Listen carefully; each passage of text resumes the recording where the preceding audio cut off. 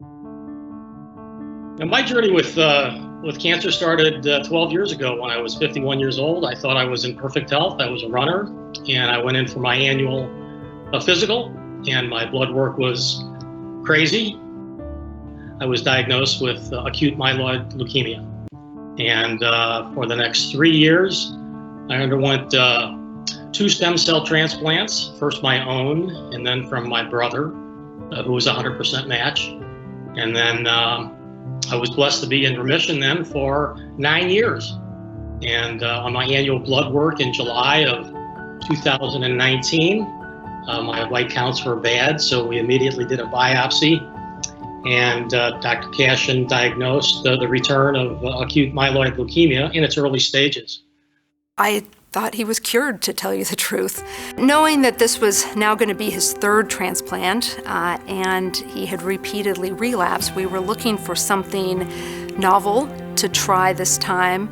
I was able to enroll him on a research study conducted by my colleague Todd Feniger, and that research is funded by Petal the Cause. Natural killer cells are kind of a type of immune cell that sort of knows how to recognize disease cells. Doesn't need any prior education like some other aspects of the immune system. And so through those properties, they can particularly recognize leukemia cells. What we wondered is could we make those cells even better through training them or activating them to be even more potent fighters against that cancer. And so we came up with an approach where we used a brief activation with protein hormones called cytokines used by the immune system. And those cells, and by using those cytokines, we're able to activate the NK cells and differentiate them into a memory-like NK cell that is much more potent at fighting cancer.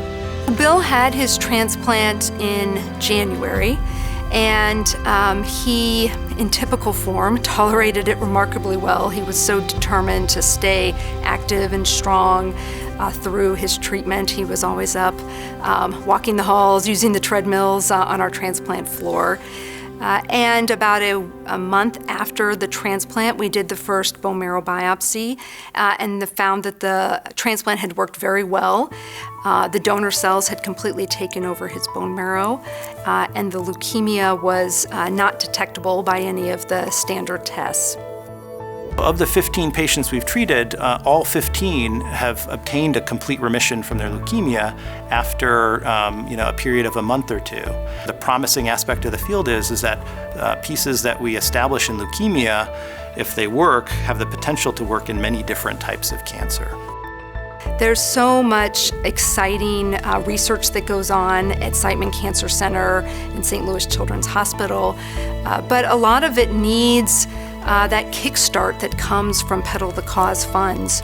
Petal the Cause funded some of the original research that established that these cells are better at killing leukemia cells and attacking leukemia cells than just normal NK cells.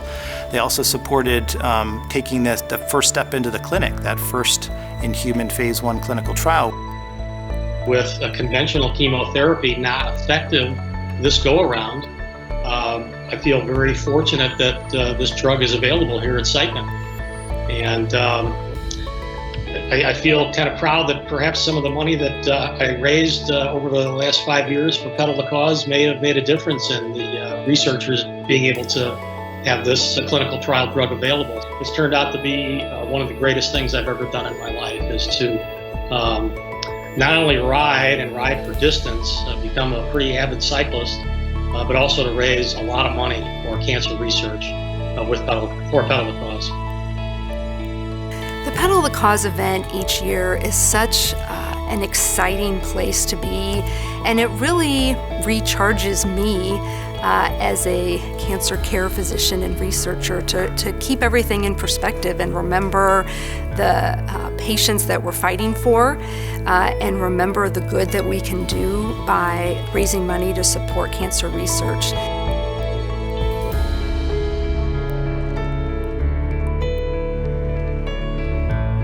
I think within 5 years, I think that cancer treatment is going to be 10 times more effective than it is today, and the dollars that we raise at Petal are going to be a big part of making that happen.